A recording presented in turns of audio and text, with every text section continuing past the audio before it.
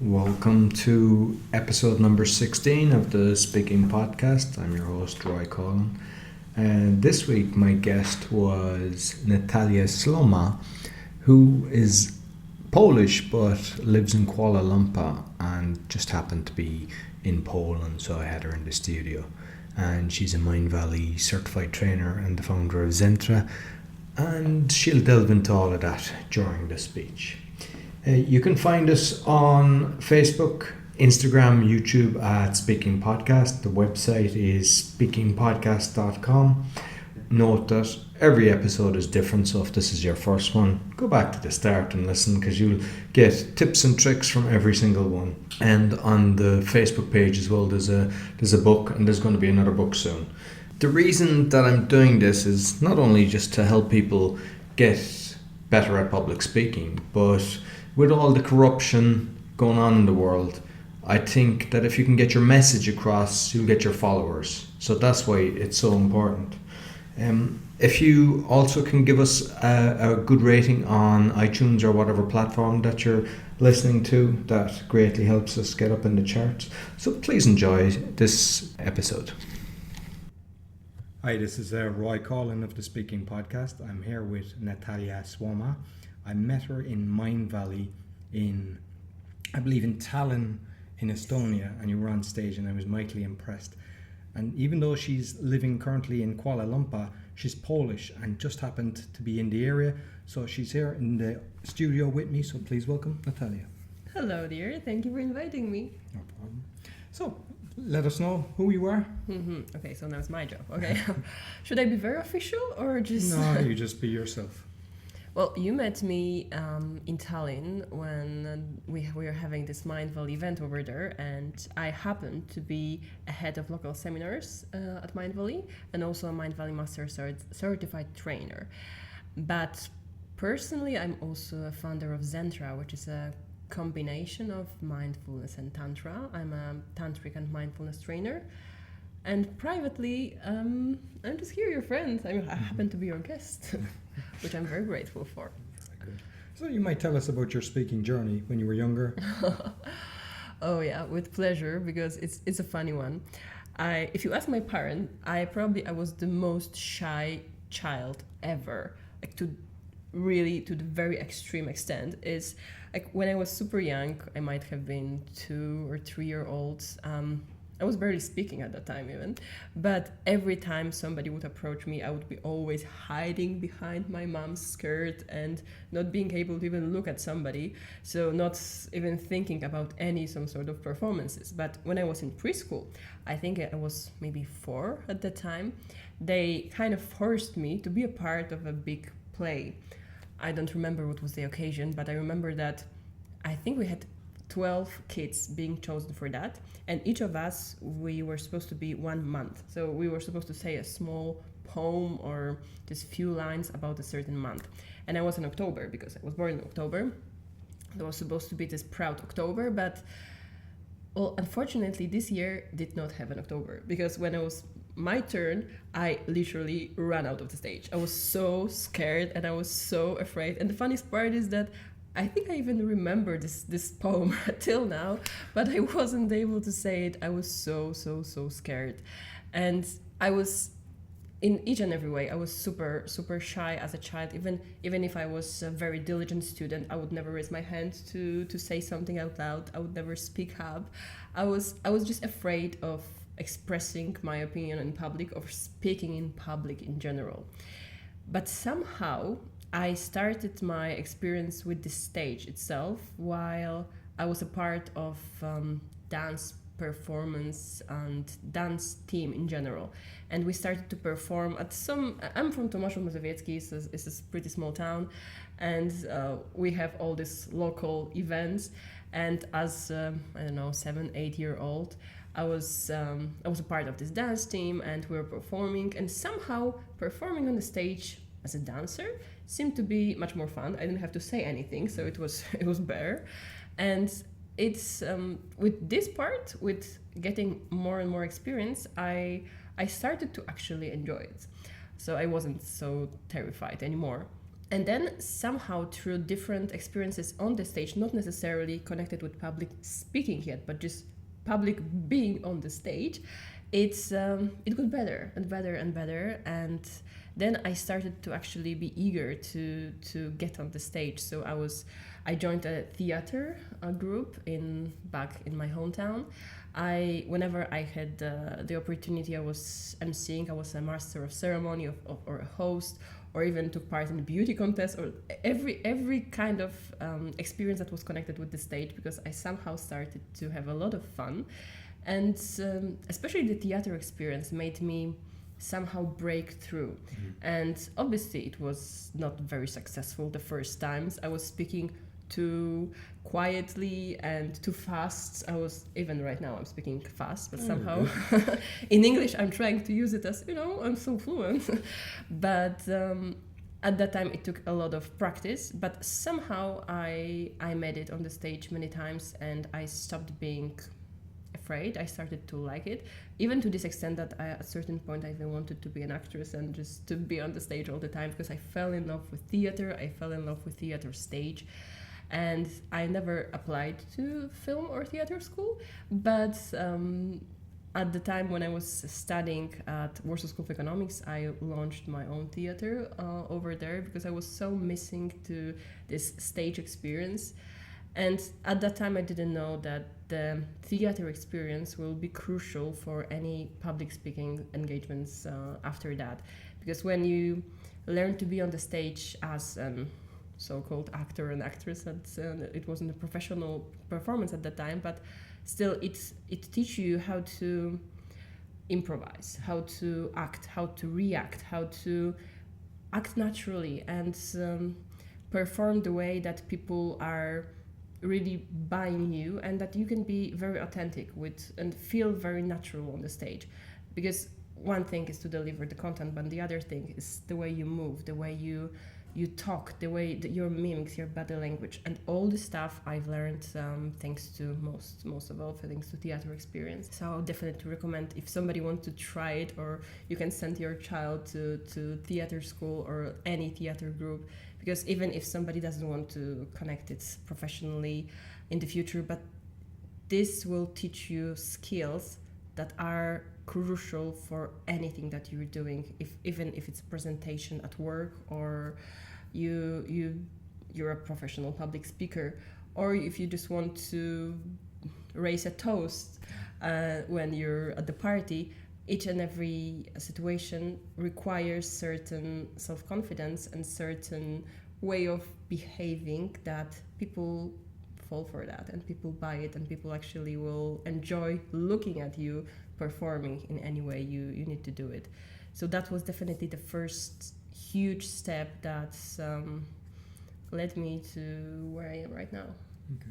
It's interesting you said about when you were a child, because for me, I hated public speaking, but I was doing martial arts, and I would do a show on stage and wouldn't think, I wasn't embarrassed for that, because it was a passion. So I'm trying to get some people, get their children early into public speaking, so that they're not doing everything for them. A lot of the time they'll go up and they'll ask to get the ketchup or do anything like that, and it's put them on the stage and get them to do something that they like, and eventually then they'll start talking and embrace it. Exactly, it's the same with me, because for me it was dancing. I love dancing. I love it till today, and I wouldn't think about being on the stage. I was just enjoying what I'm doing. So it's like your martial arts, and probably it might be any other type of sports or performance that doesn't even require talking and even require presenting, or that might be singing, that might be something that people just love and enjoy doing. And once they are familiar with the stage, with being on the stage, and they just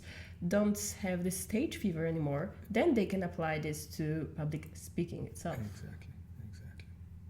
So tell us how you, because you were doing speaking then in Poland, yeah? Yes, and I actually, unlike most of my friends, after graduating from Warsaw School of Economics, which is the business school, I started working in artistic industry, and I started to be a manager, also a master of ceremony as well.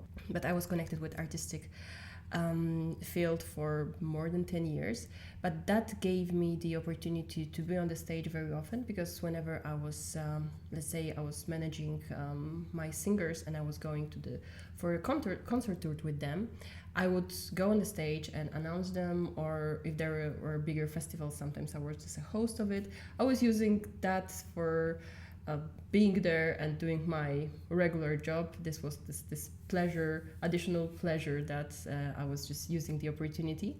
So it was giving me a lot of additional options to master this skill, because it's all about the practice. It's practicing, and even sometimes you think that you're already there and you gain this self-confidence, but then you don't practice it for a while, for a year or something. I remember I had this situation a few years ago. I was supposed to announce, at the time I was managing John Porter, a great artist, and I was supposed to just say, that was the first time since, I don't know, maybe a year or something, that I haven't been doing that. I had a break. But then I was like, come on, I've been performing on the stage in a various way so many times. I was so self-confident. And I checked the stage, because it's always crucial to check the state that you're performing, so you can see how many steps you need to take, how you can walk on the stage, and so you feel comfortable while presenting the content. So I checked all this stuff, but I didn't check I forgot about one thing. I forgot about the lighting. And then here I am. I went to the stage when it was still half dark, and then the lights went on, and they were so bright that I got somehow intimidated by them, and I'm there, and I think that was the only time in my life when I kind of froze for a second. I forgot totally what I was supposed to say, but okay, I gave myself just this few seconds. This is the moment when you use these acting skills, because then you just smile, you pretend that that's exactly how it's supposed to be, you have the eye contact with the audience, and then you start. But those were these 3 seconds that it felt for me like it were hours. Then I was like, okay, what am I supposed to say right now? Why I'm here? Okay, I'm gonna start. But I made a lot of mistakes either way.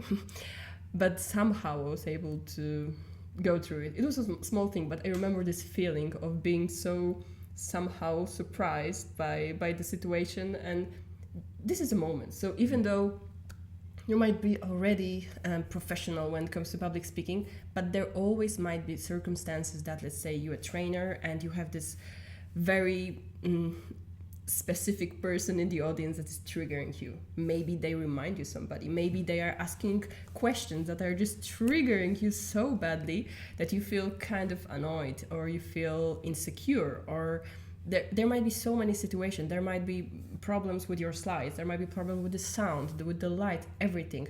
We need to learn how to react for the circumstances that we cannot predict and that they are happening out of the blue somehow. We need to learn how to still joke about it, or to still keep, like for example this one, this sound out of the blue, that you need to still be there and either pretend that nothing happened, or be able to act around the situation and actually use the situation to make a funny story about it, or to make people laugh and to make people smile.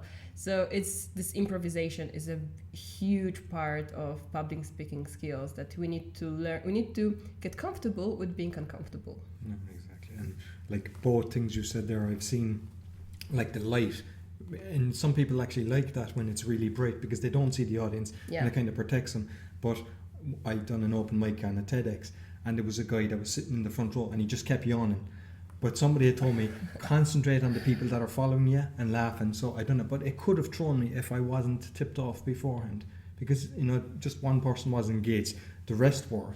But you can actually do that, where you start focusing on the person that's not actually enjoying what you're saying. Obviously, and especially nowadays when everybody has their cell phone, so they might even still enjoy your talk, but let's say that they need to urgently check their Facebook status or whatever.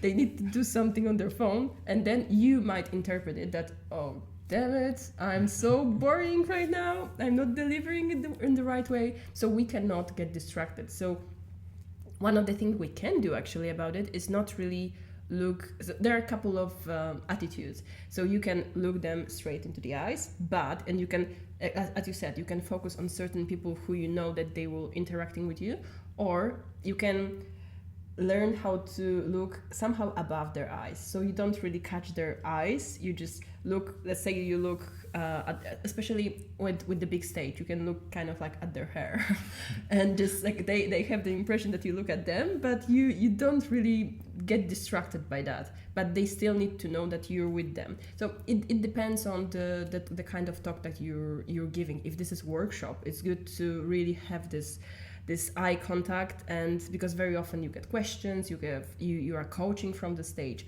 But if it's just a lecture, and let's say you're talking for an hour about certain topic and you don't need really to have much interaction, then it might be actually a solution to not really look directly in person's eyes. It just like look at them and give them the impression that you're looking at them, but don't go deeply into the eye contact. You just like look in between the eye or a little bit higher. Yeah. Like, I personally don't have a problem looking at people's eyes, but I know some people can't. And I've heard of all different stories. Some people look at the back of the room and they just, they follow a line at the back of the room to make it look like they're, panning the audience. But then maybe the people in front might feel neglected. So we need to make sure that we cover the entire audience and everybody feel noticed and valuable over there. So when you're the host, how do you prepare? Do you write everything out, or do you just play it from the heart, or what's your strategy? It was good to witness the progress. So I believe that whatever works for somebody is good. But I remember my first, even when I was still a student, my first public speaking performances where I was scripting everything, kind of memorizing more or less, not word to word, but most of it, and then just saying what I remember. But it was just at the beginning. I started to just write bullets and focus on the main points and then just talk about it. And right now, to be very honest, well, it depends, because if you're hosting, then it's different than if you're a trainer and you're delivering the content. Obviously, if you're delivering the content, it has to be like you have to be super prepared when it comes to your expertise. But that usually you have slides to back you up with maybe certain quotes or certain numbers. But it's usually already here. So I just put the list of stuff that I know that I need to cover, and maybe I just have this that I'm sure that I will not forget any of the main topic. But I never memorize anything in terms of like what I'm supposed to say. Maybe just some stories that I know that they will be relevant to the topic. So I just like make a note that, okay, this story or this joke or something here and now. But for hosting, I was actually witnessing it's just a few weeks ago when we were having an event in California, in Los Angeles. That was the Mind Valley Intuition training, and I was a host of this training. And you see, for me, it's an additional challenge. For the last 2 years, since I moved to Malaysia, I joined Mind Valley. This is this big personal growth company, and I started to be a trainer over there, but also I started to host some of the events. And the challenge for me is that English is not my native language, obviously. It's my second language. So it's not only about making sure that you're delivering the right content or that your public speaking performance is correct, but it's also like, will I pronounce everything correctly? Will I not make any mistakes? And so at the very beginning, I was super concerned about it. Like, will they understand me? Will they understand my Polish accent? Because I know that I still have Polish accent, and probably I will never get rid of it. And I don't even want to. It's my thing. It's something that differentiates me from others. But it took a while for me to get to this attitude that I actually started to embrace my uniqueness, instead of being kind of ashamed that, I don't speak like a typical American or British guy. I know that I have my way of pronouncing stuff, and yes, I would love to, and I know that I will be still improving. The more I will be doing that, the less mistakes I'll be making. But I started to accept my imperfections. And I think it's a huge, huge, huge thing to realize that, okay, as long as you are on the stage and you're authentic, you're you're being yourself. You're even able to, maybe if you make mistake, you're able to kind of like joke about it or admit to it. People will like you. People will accept you either way, because you're not the stiff guy being there trying to be perfect. You will never be perfect. We will always make mistakes, or you will always, maybe there will be some external circumstances that might not make our entire performance perfect, but that's okay. And actually that's fun. That's a part of the journey. That's a part of fun, that you just go there, you're on stage, and you're accepting the fact that, let's say you stumble upon something, or that somebody's phone started to ring, and you just smile, and people are actually liking the fact that we are natural, and we are also accepting other people's flaws if something happened. Or we just, if like in my case, it's been my not native language. And I had to choose whether I will be so concerned about it and so trying to be perfect and trying to be kind of someone else who I'm not, or I can accept myself fully with all the package that is there. So with all this maybe mispronunciation, and just enjoy the ride. And I decided to go with the second one. And actually, so far so good. I believe that whenever you people can feel it. People can feel it when you're there. You feel the energy of the audience, and the audience feel your energy. That's why I like being a host, because I think I've learned how to hold a space for people and just make them feel safe and appreciated and secure and safe. And when I'm there with my heart open, I can feel that they feel it. And it's all about just being there, like, guys, I'm here for you. Because at the end of the day, what we're doing on the stage, we're serving people. We're either delivering something that might be valuable for them, or we're trying to entertain them somehow. Sometimes with bigger or smaller success, if they get the joke or not. Usually they do. No, but it's all about the people. At the end of the day, we tend to. I remember what helped me with being more self-confident on the stage, that I realized that it's not about my ego, it's not about myself. We obviously want to look great, we want to have a nice picture, but it's not the purpose. Whatever we're doing on the stage, we are there for people. So at the end of the day, it doesn't really matter if you made a small mistake, or if your, I don't know, pronunciation wasn't perfect. It's the content, it's the lesson, it's the fun that they got, it is the experience. And then they will buy you, they will accept you when they can feel that it's not about you. They're not there to admire you, you're there to kind of serve them. And that's something like changing the perspective. It makes it easier, because then you're not so actually you stop being so stressed out about whether you look great, maybe you don't look fat in this dress or in this suit or something. It doesn't really matter. You start enjoying the process. Yes, you just have fun, and you just enjoy, and people do enjoy it as well. So that's the point. Like, it's at the end of the day, it's not about us, and it helps to put the ego in the pockets and just enjoy the ride. And I'm glad you actually said that, because what I see with some people, no matter what level, whether they're just in a small club and they're speaking, they go away, if they make a mistake, they go away thinking people are thinking about what they've done, and they start beating themselves up. And what you just said is the way they should behave. They should stop beating themselves up. If something happens, it happened.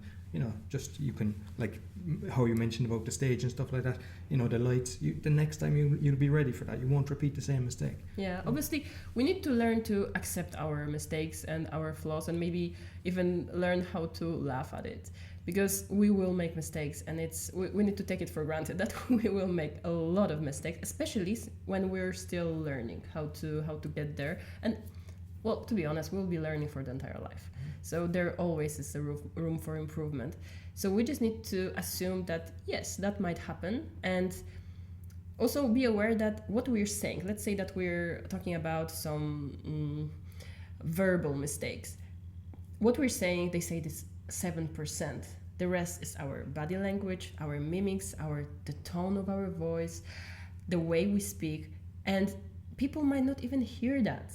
What we said we might made mistake or whatever we did, people might not even notice that. And actually the biggest challenge is to, let's say you, I don't know, you fall on the stage. It never happened to me so far, but I remember there was this famous actress that was taking.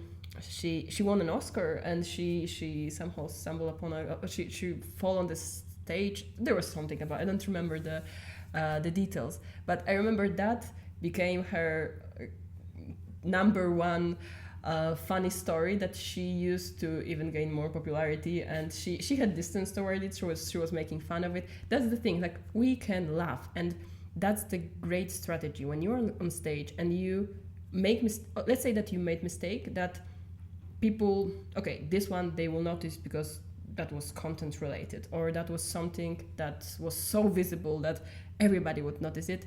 Just admit it or laugh at it and make a joke about it, but don't try to pretend that you're perfect, you're saint. People will not relate to somebody who is perfect, because we're not perfect. Nobody is. And let's not try that we're guru or something. No, we're just there to deliver a content.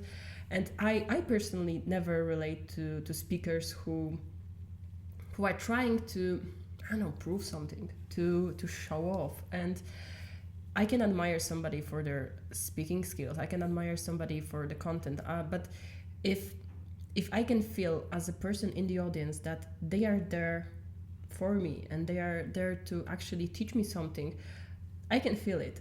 And if they are there to show me how freaking awesome they are, I can feel it as well. Yeah. No, exactly. No, totally. And you've done workshops as well, yeah? Yes. So how do you prepare for a workshop?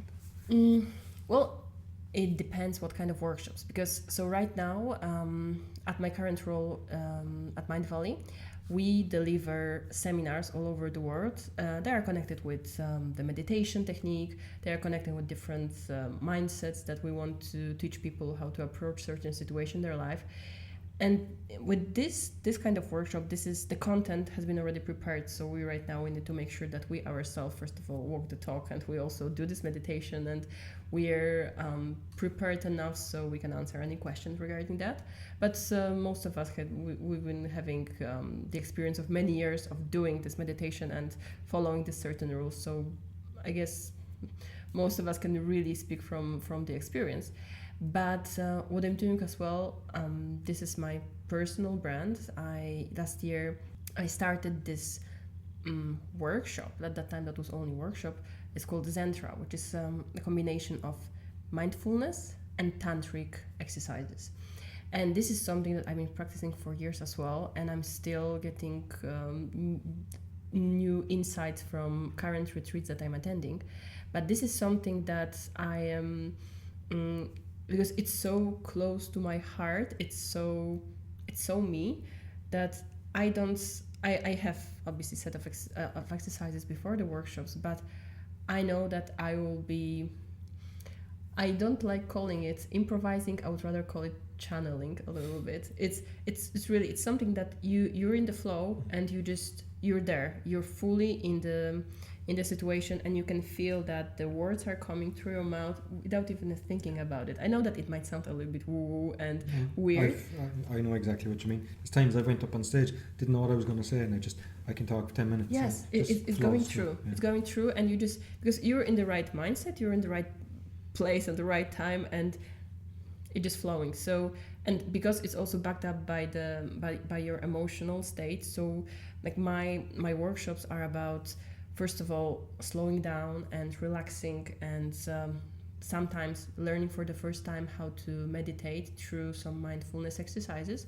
But also, and it's very intimate and vulnerable, because it's also about opening. It's opening to other people, it's opening to ourselves, it's learning how to and practicing how to accept ourselves more, including our bodies, how to touch ourselves, how to worship ourselves, how to worship other people, how to totally change the approach from this.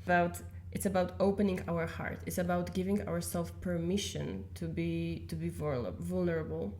It's and we're doing it in a very safe space, so we can If the tears will show up, it's okay. If some emotions will pop up, it's totally fine.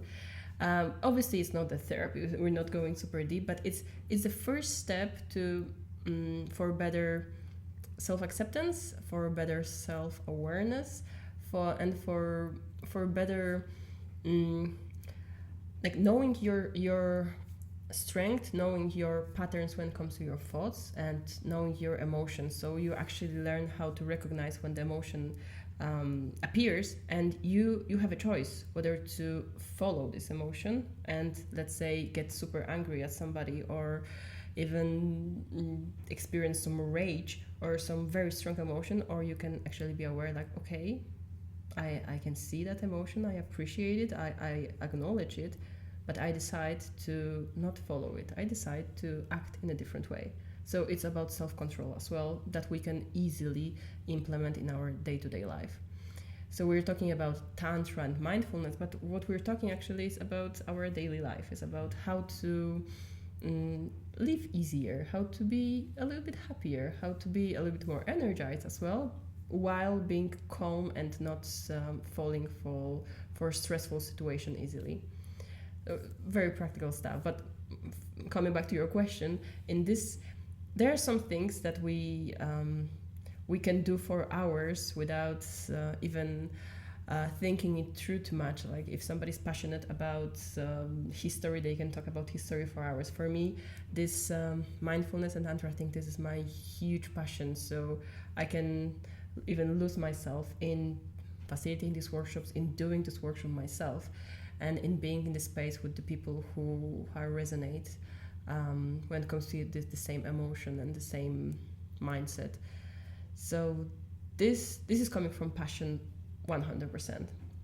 Well, what I like actually is the fact that you said you're going to different retreats. It's like sharpening the saw for your skills. You know, some people think, oh, I can speak or whatever. You're looking at other ones to not only learn, but you're seeing how they're actually engaging with the audience as well. So by going to different retreats, you know, you're going to give a better performance for your obviously. I believe that we should learn for our entire life, and first of all, we need to practice it ourselves, because when you facilitate, you are there for other people, so you don't really go through the experience yourself. So you need to be there, be present, and be very reactive to your participants' needs.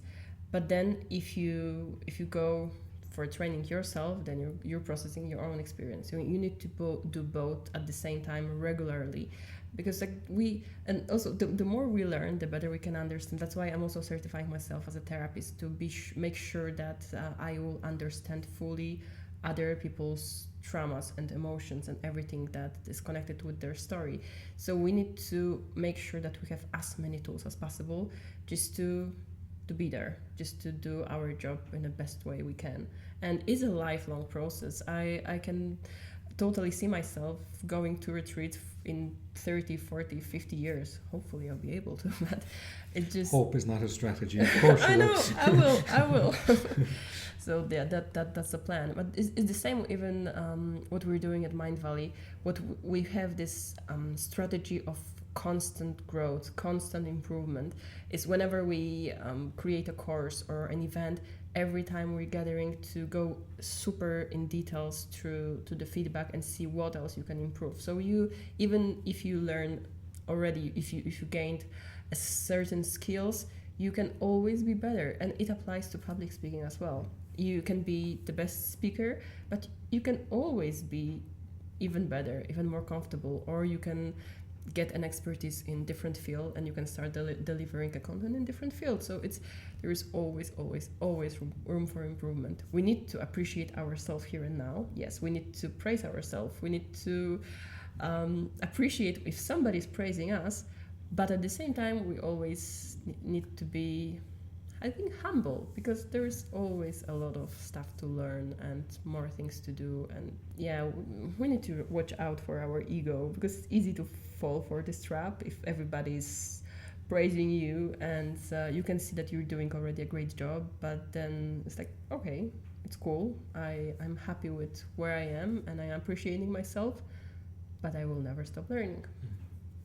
I find it like I'm a continuous learner. I'm like, as I told you, I've been to 5 AFests, and I spent a month in Tallinn, and I'm just continuous learning. I read over 100 books, but I'm shocked that some people, once they leave university, they never read a book again, or they never sharpen their skills. They do nothing, and it's like for me, I just want to learn more and more. Like this year, I want to learn how to sing because it'll allow me to project my voice to be a better speaker. True. And this is a very important point, because what we were learning during all these theatrical classes is how to use your voice. And this is a funny one, because to be honest, when I was younger, I never liked my voice. I found it just hard to handle somehow. And it took me a while to first accept it, second, learn how to use it. And it's so funny because nowadays when I facilitate workshops, most of the comments are about, okay, I really like your voice because it calms me down. And so 20 years back or even 10 years back, I would say like, I would never use my voice as my strength. But once we accept it, whatever it is, however it sounds, a female, male voice, we can learn how to use it. We can learn how to go from this deep, sensual voice through something that will be more energetic, and like you can learn how to act using your voice. And once you master it, it changes. It's a game changer for public speaking, because this is something that everybody can learn. Probably in each and every case it will sound differently, but the rule itself is the same, that you need to learn how to highlight certain thing by using your voice properly. So when you're going through some dramatic emotional stories, you need to adjust the pace, the way you say it. Maybe you can put a little smile on your face so it sounds already differently.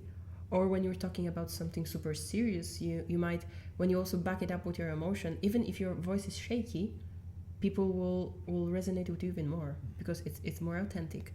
So learning how to use our voice, also again when we combine it with the emotion, it's even more natural and more authentic. It will make you a great speaker, because you will be real. And people in the times when there is so much fake like people are pretending and people are changing and trying to be someone else, if you're real, even with your flaws and imperfection, you're real, and you'll get it. You'll get accepted by the audience because you're you, and you are unique the way you are.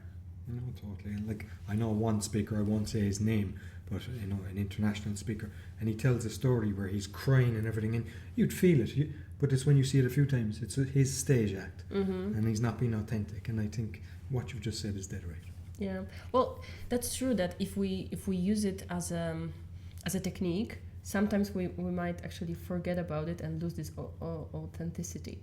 So it's good to remind ourselves when we really, because when we're talking about financial results of the company, it might not be necessary to use the drama voice unless it's a very dramatic situation. Then maybe you need to, but it also depends what you're talking about, who you're talking to. Each and every situation is different. Each and every performance is different.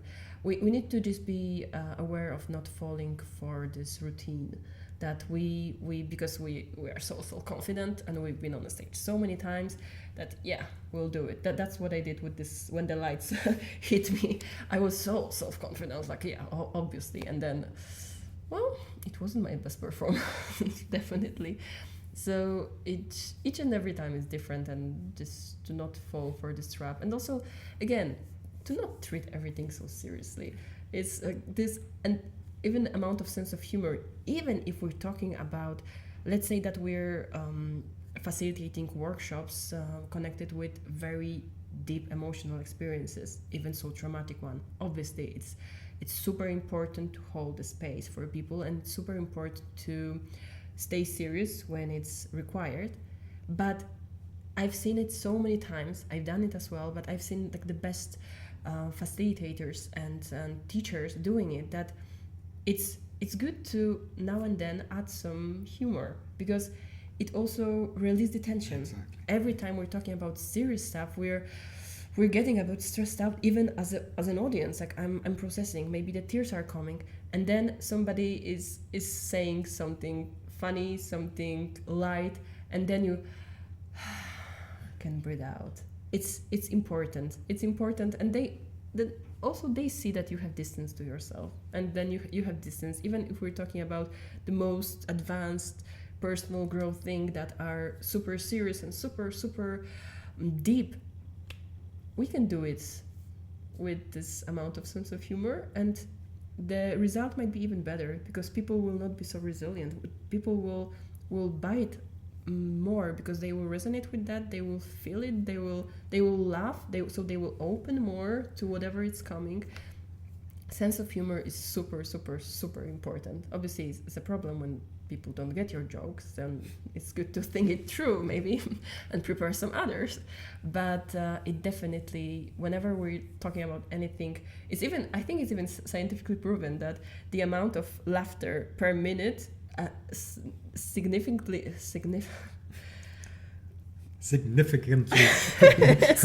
Może po polsku. Zdecydowanie improves the impression of the audience on the speaker. Like they get higher rating. It's not about being only a comedian, but it's about just adding this sparkle of sense of humor to whatever we're talking about. Like at the end of the day, life is about having fun and just laughing as much as we can. I think humor in 80 to 90% of my speeches, but I always haven't noticed. Okay. I always get a message across, but people tend to remember it. Yeah. Rather than doing a serious speech, they don't. And you also get the attention because it's something funny, and people love to laugh, and if you can laugh at yourself for a difficult situation, they embrace it more. Yes, and it's you just had the interview with Jason Goldberg, our friend from Mind Valley Tribe. Like he's famous for being the funny guy, and even whenever somebody was next to Jason and somebody is approaching him, oh, you're the funny guy, and like everybody remembers him, but then everybody's even when they're approaching him, they're so open already, and they're so kind, and they're smiling by looking at him, and isn't it something that we all would like to have, like that people are looking at you and smiling, so you just evoke the smile on someone's face. That's the best thing we can give somebody. Exactly. One of the best. So excuse me, with this Zen, how do people find out more about it? So, for now, we've been since the beginning of the year officially. That was the original official launch was in Los Angeles. Right now, we're delivering workshops, and since we've been delivering workshops in, I will not exaggerate if I say kind of all over the world, because it's been already in Kuala Lumpur, in Thailand, in Malta, in Tallinn, and even right now I got confirmed that Zentra will be presented in Thailand again early February or late January. I need to confirm.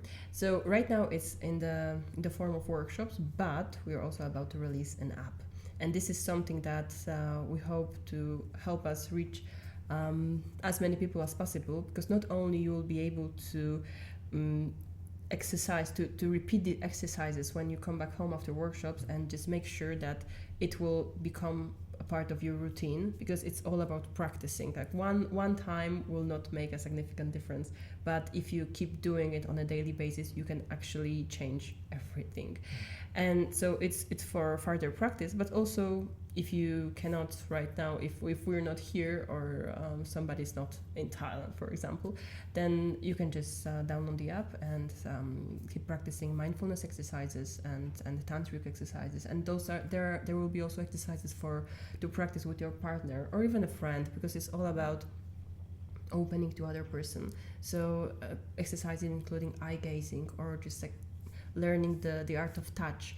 And it will be initially in English, but I would, as a patriot and as a Polish girl, I will also release it in Polish. Very good. This year. This is my 2019 resolution. Excellent. So how can people get in contact with you? they can call me, obviously.